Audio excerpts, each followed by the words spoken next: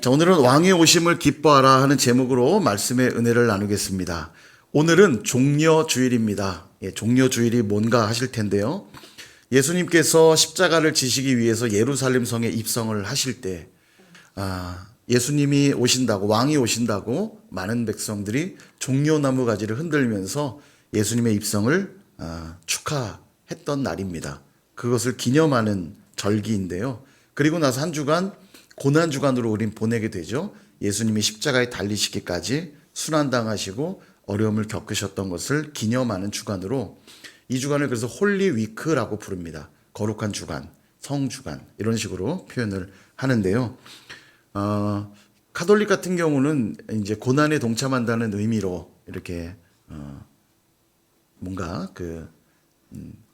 하여간 고난에 동참하는 뭔가 행위들을 하는데, 물론 저희도 뭐 금식을 하고 이렇게 하기도 하지만 중요한 것은 나를 괴롭게 만드는 것이 핵심이 아니고, 그래 봐야 우리가 주님의 고난에 얼마만큼 참여할 수 있겠어요. 주님이 겪으셔야 됐던 그 고난에 아마 발끝도 따라갈 수 없을 겁니다. 참여한다는 의미는 그런 뜻이라기보다는 왜 주님이 죽으셔야만 했는가를 깊이 묵상하고 우리 삶의 그 의미를 담아내는 것이 주님의 고난에 동참하는 것이겠죠. 그래서 한 주간 주님이 어떻게 이 시간을 보내셨는가를 우리가 기억하면서 한 주간 고난주간 특세도 진행할 것이고요. 또 그 의미들을 되새기면서 우리 삶에 녹여내는 게 중요한데, 작년에도 제가 요거 한번 공부시켜 드렸는데 1년에 한 번씩 꼭 돌아오는 주간이니까 한 번씩 기억하고 가면 좋을 것 같아요. 왜냐하면 우리는 금방 돌아서면 잊어버리니까. 그죠? 한번 볼까요? 화면 한번 주시죠. 자, 예수님이 한 주간 어떻게 행적을 보내셨는가를 조금 설명을 드리면, 일요일, 그러니까 오늘이죠. 종려주일로 우리가 지키는 이 주일날 예수님은 예루살렘 성에 입성을 하십니다. 그리고 나서 다음 날 월요일이죠. 다음 날 다시 성전으로 돌아오셔서 성전 청결 사건을 일으키시죠. 성전 안에서 비둘기를 팔고 각종 매매를 일으키며 환전하는 자들, 그들의 상을 엎으시고 이곳을 강도의 소굴로 만드는구나. 내 집은 만민이 기도하는 집이다. 이런 성전 청결 사건을 월요일 날 일으키시고, 다음 날은 물론 여기 기록된 요것만 있었던 건 아니에요. 여러 사건들이 있는데 기억하기 위해 핵심적인 것만 제가 적어 놓은 거예요. 화요일은 여러 가지 논쟁을 벌입니다. 바리새인과 서기관들과 종교 지도자들과 논쟁. 그래서 우리 누가복음 묵상할 때 이미 봤죠. 납세 논쟁, 권위 논쟁, 부활 논쟁, 이런 논쟁들을 벌이고, 그리고 나선 예루살렘 성 밖에 나오셔서 백성들에게 감람산에서 감람산 강화라고 하죠. 설교를 쭉 하세요. 마태복음에 길게 나오는데 감람산 설교라고 기억하시면 되겠어요.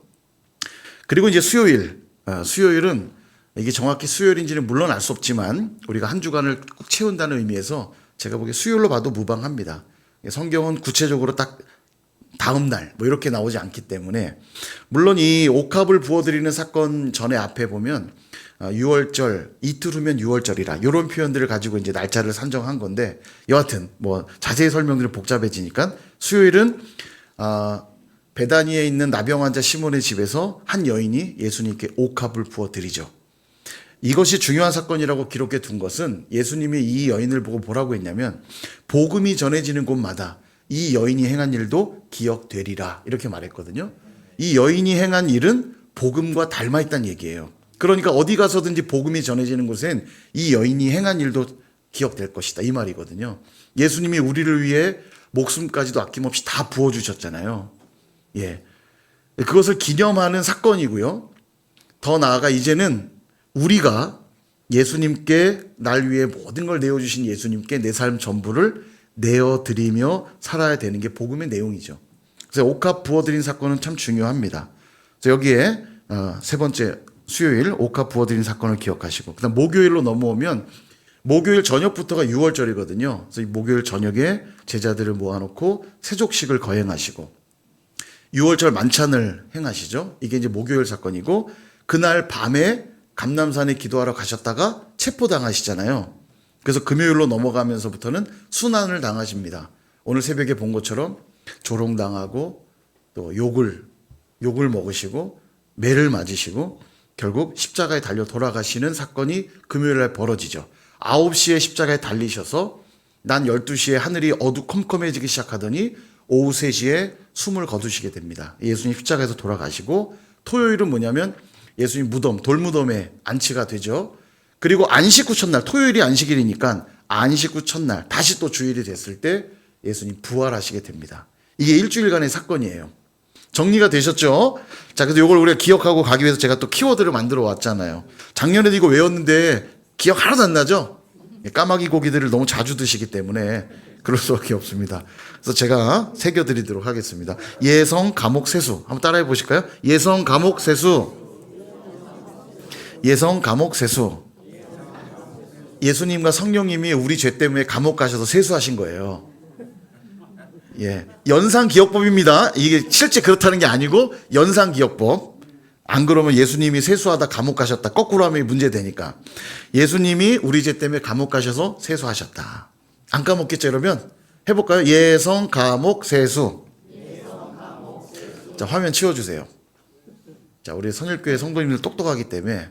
자, 한번 일주일의 행적을 한번 점검해 볼게요. 자, 주일날 예수님 먼저? 예. 예루살렘 입성. 예, 예성이니까 예루살렘 입성. 그 다음 월요일은 성전 청결 사건.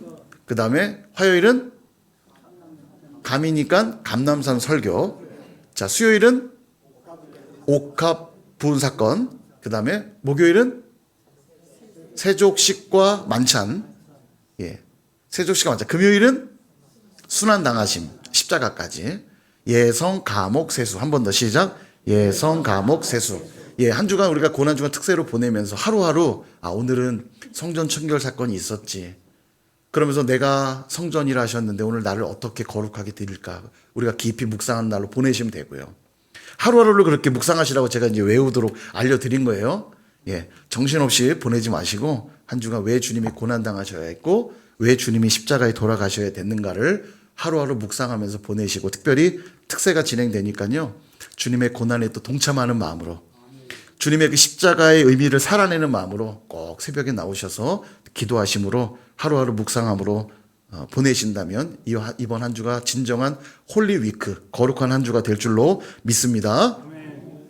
야, 일부러 아멘 안 하신 거죠? 새벽에 안 나오시려고. 아멘? 아멘. 예, 제가 이번에 좋은 선물을 드릴 건데 제가 40개 정도 드리고 싶어요. 예, 40개 드리고 싶어요. 40명 이상 나오시란 얘기죠. 예, 이번에 아주 특별한 선물 드릴 겁니다.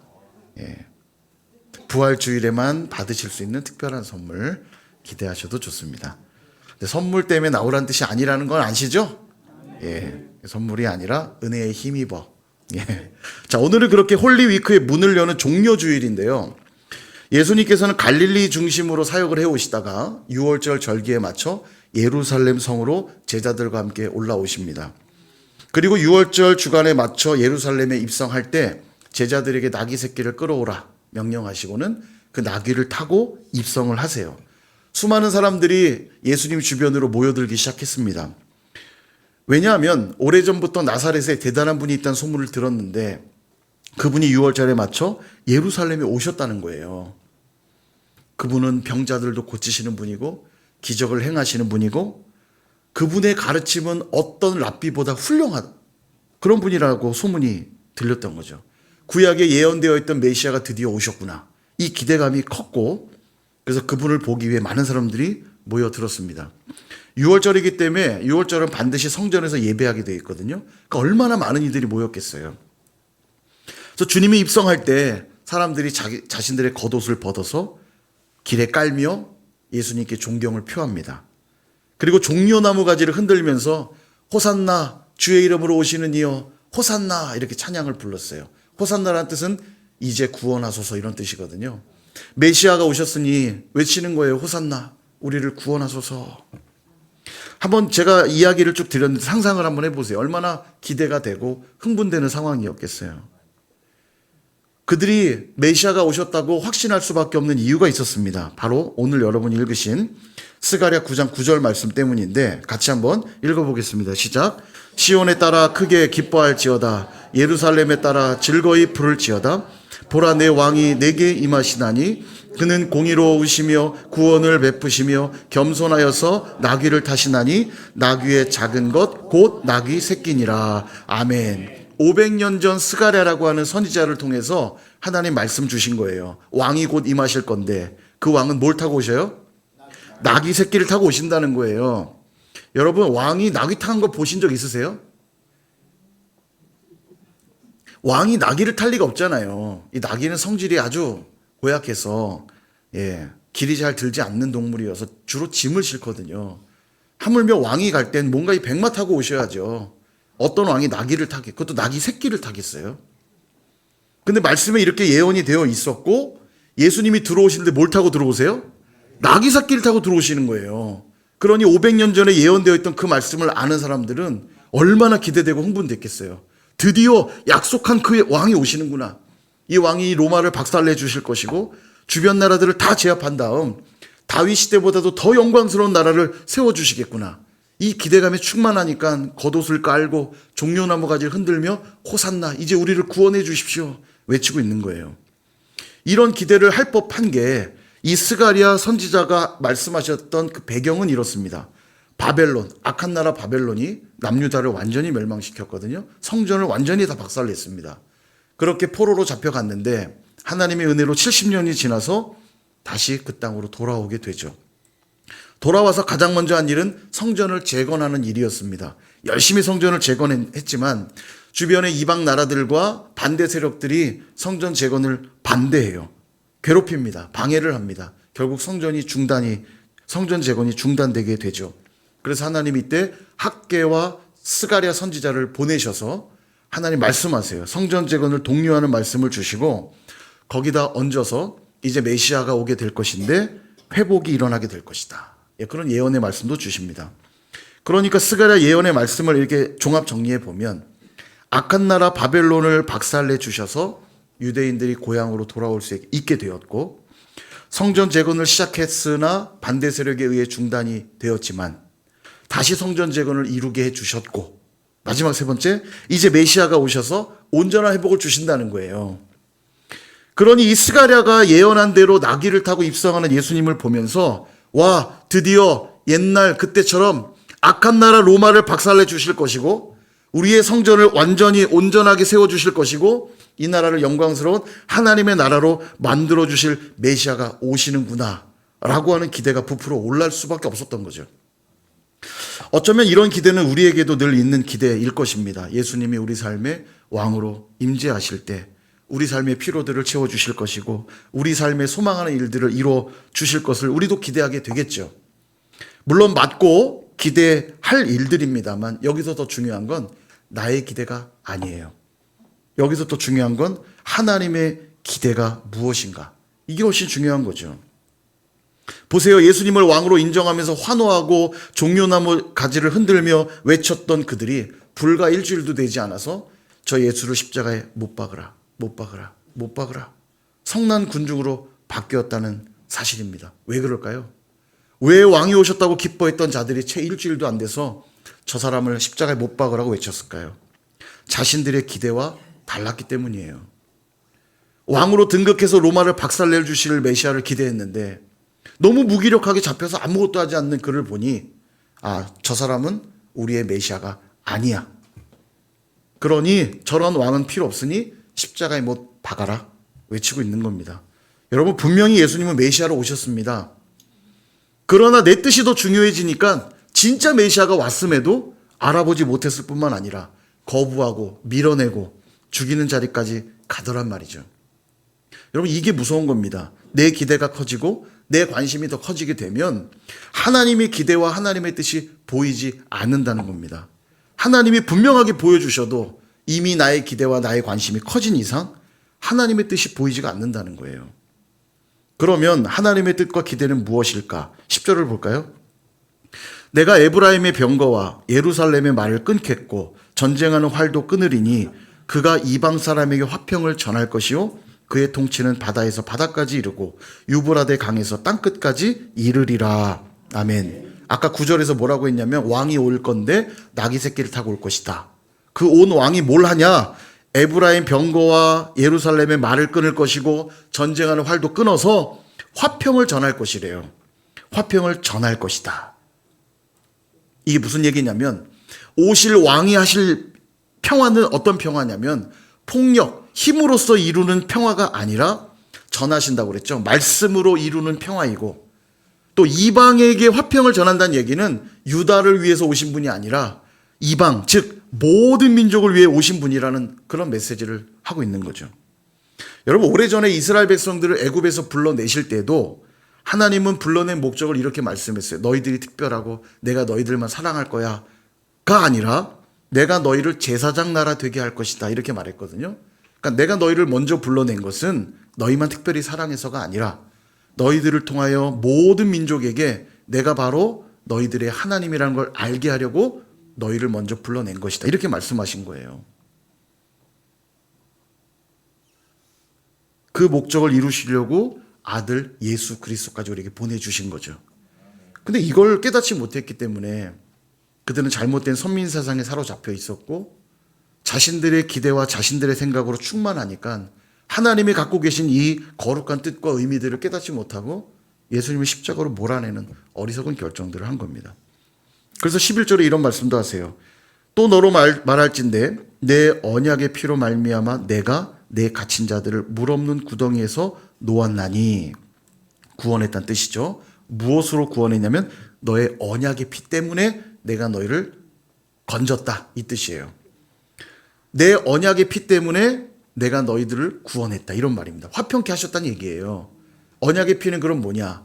하나님이 제사의 제도를 우리에게 주셨죠. 제사를 드릴 때 우리가 죄인이라 죽어야 하지만 제사를 통해 거룩하게 되면 하나님과 우리의 관계가 어떻게 돼요? 화평케 되죠. 제사를 드릴 때 그래서 반드시 필요한 게 뭐냐면 그 동물의 피입니다. 피.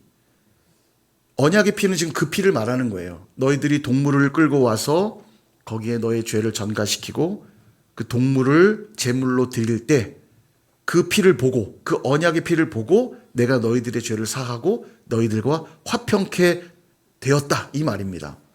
동물의 피로 맺은 옛 언약으로도 화평을 주셨다면 아들 예수 그리스도의 피로 맺은 새 언약은 얼마나 우리로 더 화평을 누리게 하겠느냐, 그 얘기를 하고 계신 겁니다.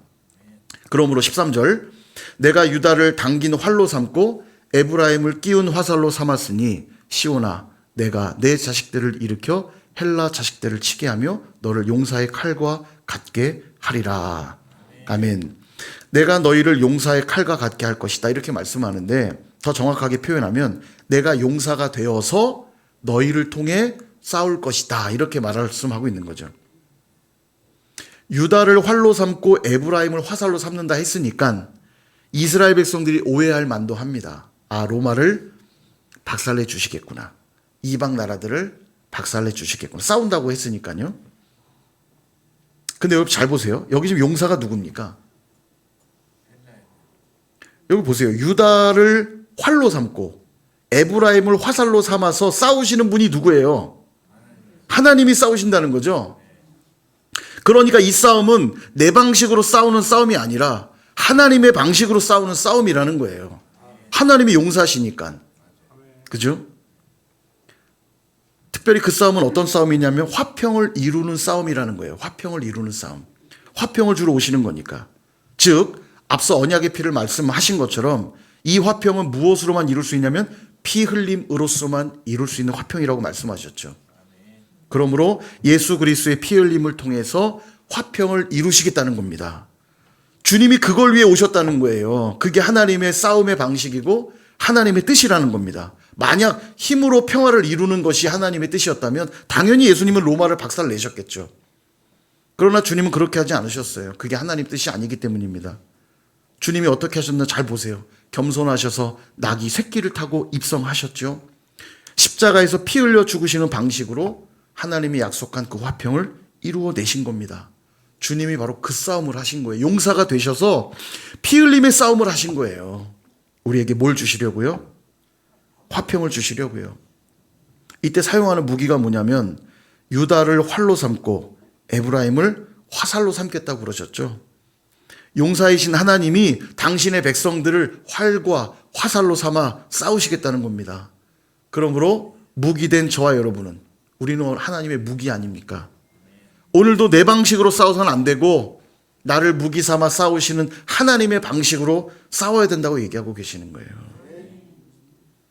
그게 뭘까요? 주님이 직접 보여주셨죠? 주님을 닮아 겸손하여서 십자가를 지고 가는 것으로 오늘도 화평을 누리고 하나님의 나라를 세워가는 싸움을 해야 된다는 겁니다.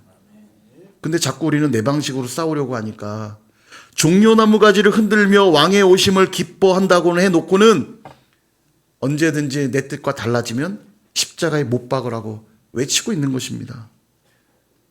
여러분 이 말씀 보면서 나는 그래도 저들 같진 않다고 생각할지 모르지만요. 아닙니다. 지금도 여전히 내 방식으로 여러분이 살아가고 있다면 그 말은 메시아가 필요 없다는 뜻이고 주님이 내 안에 왕이 아니시란 얘기고 왕으로 자꾸 간섭하시려고 하면 간섭하지 마세요. 자꾸 내게 이러라 저래라 하지 마세요. 내 방식대로 살 거니까. 이들하고 다른 게 뭐가 있죠? 주님을 십자가로 밀어내고 있는 것과 뭐가 다르냐는 거예요. 오늘도 내 삶에 주님은 평화를 주시기 위해서 내 삶의 보좌에 앉으셔서 나를 통치하고 내 안에 역사하고 싶으신데 오늘도 나는 내 방식으로 살 거기 때문에 가만히 계세요. 가만히 계세요. 내 삶에서 나가세요. 그러니까 혈기 부리며 사는 것이고 미움과 원망 속에 그냥 사는 것이고 그냥 내 방식대로 사는 거 아니에요. 남편과 싸우고 아내와 싸우고 회사 동료들과 다투고 교회 지체들을 미워하고 거기에 주님이 역사하시는 공간이 어디에 있죠? 그냥 이들이 예수를 십자가에 못 박으라고 외치는 그 외침과 뭐가 다르냐는 거예요.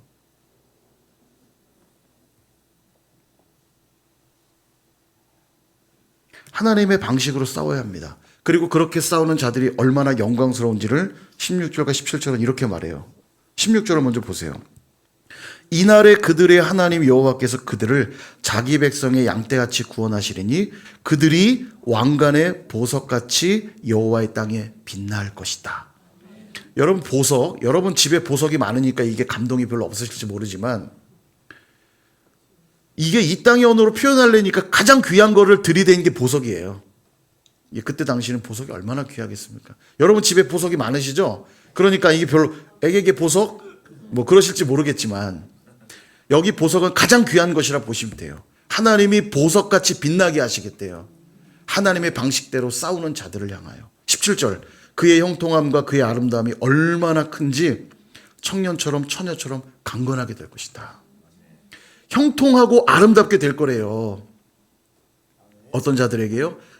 예수님을 왕으로 모시고 그분의 방식으로 싸워 나갈 때 보석같이 빛날 것이요 형통하고 아름답게 될 거예요. 이것이 바로 종려주의를 맞이한 저와 여러분들에게 주시는 메시지인 것입니다. 그러므로 우리 삶의 왕으로 찾아오시는 예수님을 종려나무 가지를 흔들며 맞이하실 수 있기를 바랍니다. 그런데 거기에 나의 뜻, 나의 생각이 주가 되어서는 안 되겠죠. 하나님의 뜻과 하나님의 마음이 주가 되어야 합니다. 그럼에도 불구하고 여전히 우리 주님을 정치적인 메시아, 즉 나의 뜻과 나의 욕심을 이루기 위한 대상으로만 받아들이시면 안 돼요. 이 땅에서 더 잘 살고 이 땅에서 더 많이 소유하고 이 땅에서 더 높아지기 위해 수단 삼는 자들이 되어서는 안 된다는 겁니다. 그렇게 되는 순간 이스라엘 백성들처럼 메시아를 십자가에 못 박으라 외치는 성난 군중의 자리로 가게 될지 모르기 때문입니다. 내 뜻대로 움직여주지 않는 주님은 더 이상 내게 필요 없다며 십자가에 내몰아 버릴지 몰라요. 사랑하는 여러분, 우리가 예수 그리스도를 믿는다는 것은 그분을 내 마음에 영접하여 내 삶의 주인으로 모셔드렸다는 뜻입니다. 동의하십니까? 다시 말해 이제 내 삶의 보좌에는 예수님을 왕으로 모시고 살아가겠다는 다짐인 거예요. 질문하고 싶어요. 저와 여러분은 정말 예수님을 진정한 왕으로 인정하며 살아가고 계십니까? 혹시 오늘 이스라엘 백성들처럼 겉옷도 깔고 종려나무 가지도 힘껏 흔들며 목이 터져라 왕의 입성을 축하하고 환호성도 지르고 있지만 그 이유가 내 욕심을 이루어 주시기를 원하여 드리는 왜곡된 헌신, 왜곡된 희생, 왜곡된 봉사는 아닙니까? 그래서 언제라도 주님의 말씀이 내 뜻과 다르면 그 말씀을 외면하고 그 말씀을 밀어내고 그 말씀을 거부하고 있지는 않나요? 내 마음에 내키지 않는 상황에 직면하면 언제라도 그분을 빌라도의 재판정으로 밀어놓고 있지는 않느냐는 거예요. 마치 겉옷을 깔아들인 갑, 종려나무 흔든 수고비, 목이 터져라 외치는 환호성의 대가를 받으려는 사람처럼 오늘도 주님의 멱살을 잡고 흔들어 제끼고 있지는 않느냐는 겁니다. 오늘 내가 봉사 좀 했다고, 오늘 내가 헌신 좀 했다고, 내가 헌금 좀 했다고, 내가 이런 모양 저런 모양으로 수고 좀 했다고 마치 주님의 목숨줄이라도 잡고 있느냐? 주님을 협박하고 있지 않느냐는 겁니다. 여러분이 무엇을 한다 한들 주님이 십자가에서 흘리신 그 희생과 목숨값을 비교할 수 있겠어요? 근데 우리는 마치 대단한 거라도 드리고 있는 양, 그분을 왕으로 모셨다고 이야기는 하지만 늘 왕에게 명령하고 왕을 내 뜻대로 좌지우지하려고 하면서 내 뜻과 다를 때는 십자가의 죽음의 자리로 밀어넣고 있는 우리의 모습들을 보게 됩니다. 근데 놀라운 것은 그럼에도 불구하고 우리 주님은 그걸 다 아시면서도 우리를 위해 친히 피 흘리시며 우리에게 진정한 평화를 주기 위해 용사가 되어주셨다는 사실입니다. 주님이 그 피 흘리는 용사의 싸움을 해주시지 않았더라면 여기 살아남을 수 있는 자가 아마도 단 한 사람도 없었을 것입니다. 그러므로 주님이 십자가에 이루신 그 화평을 증거하기 위하여 이제는 나의 피를 흘리며 내가 싸워야 될 차례라는 것을 여러분 기억하시기를 바랍니다. 두 눈 시퍼렇게 살아있는 나는 죽어야 되고 이젠 주님께서만 사시는 삶을 살아야죠. 그렇게 십자가로 나아가서 겸손의 싸움을 해 나가셔야 합니다. 온유의 싸움을 해 나가셔야 돼요. 완고하고 고집스러운 나의 옛 자아와의 싸움도 감당하셔야만 됩니다. 불순종과 불경건의 싸움도 하셔야 되고요. 절제와 인내의 싸움도 하셔야 되고요. 미움과 원망의 싸움도 하셔야 되고 내 안에 있는 탐심과의 싸움도 해 나가셔야만 됩니다. 그것이 왕의 오심을 기뻐하는 종료주일을 맞이하는 저와 여러분의 고백이 되어야 할 줄로 믿습니다. 종료주일 그리고 한 주간의 홀리위크를 보내면서 왕 대신 예수 그리스도만을 온전히 기뻐하며 살아가는 저와 여러분 다 되시기를 주님의 이름으로 축원합니다.